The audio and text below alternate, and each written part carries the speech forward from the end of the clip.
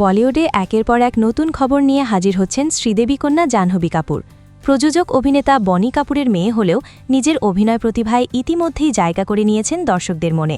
প্রেমিক শিখর পাহাড়িয়ার সঙ্গে সম্পর্ক নিয়ে যখন তিনি আলোচনায়, ঠিক তখনই চমক দিলেন নতুন খবরে।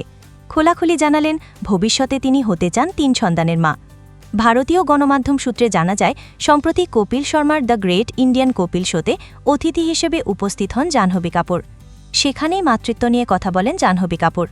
অভিনেত্রী জানিয়েছেন তার ৩টি সন্তান থাকা পছন্দ, কারণ ৩ সংখ্যাটা তার জন্য সৌভাগ্য নিয়ে আসে।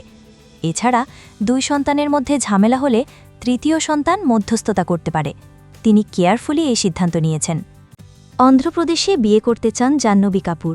এর আগে অন্য এক সাক্ষাৎকারে জাহ্নবী কাপুর বলেছিলেন, আমি তিরুমালা তিরুপতিতে বিয়ে করে স্বামী সন্তান নিয়ে থাকতে চাই। আমরা রোজ কলাপাতায় খাবার খাব আর গোবিন্দের নাম জপ করব। আমার চুলে মুগরা জুয়ের মালা থাকবে এবং আমি মণিরত্নমের গান শুনব। আমি আমার স্বামীর মাথায় তেল মালিশ করে দেব। তিরুপতির সঙ্গে জাহ্নবী কাপুরের বিশেষ সম্পর্ক রয়েছে। প্রতি বছর শ্রীদেবীর জন্মবার্ষিকীতে সেখানে যান জাহ্নবী।